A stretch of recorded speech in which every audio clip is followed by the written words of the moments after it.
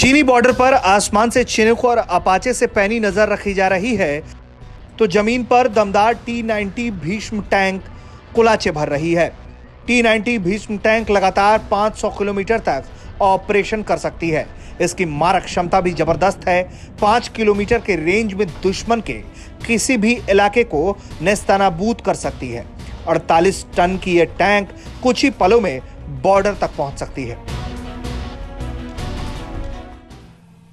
लद्दाख में चीनी सेना के साथ तनातनी के एक साल बाद भले ही दोनों सेनाएं अपनी अपनी जगहों पर पीछे हट रही हों, लेकिन भारतीय सेना अपनी तैयारियों में कोई कोर कसर नहीं छोड़ रही है। और यहां सरहद से मात्र कुछ ही किलोमीटर दूर भारतीय सेना के टैंक अपनी गर्जना कर रहे हैं। यहां पर T-90 भीष्म टैंक और BMP लगातार अपनी तैयारियों को चाक चौबंद कर रहे हैं। इस वक्त हम न्योमा के पास हैं, जहां पर सिंधु घाटी के पास हजारों मील में फैली इस घाटी पर भारतीय सेना के T-90 भीष्म टैंक और BMP लगातार अपनी तैयारियों को कर रहे हैं।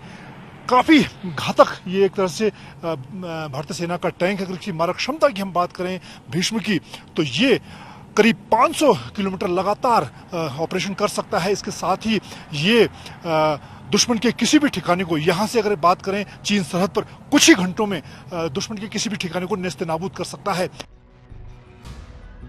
ये दुनिया के हल्के टैंकों में से एक है। ये दिन और रात में दुश्मन से लड़ने की क्षमता रखते हैं।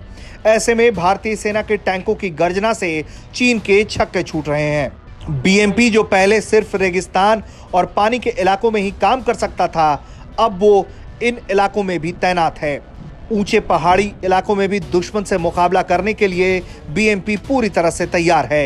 एंटी टैंक गाइडेड मिसाइल से लैस BMP किसी भी ठिकाने को आसानी से शिकार बना सकता है। यहां पर मौजूद टैंक और BMP चलाने वाले सैनिकों का जोश देखते ही बनता है।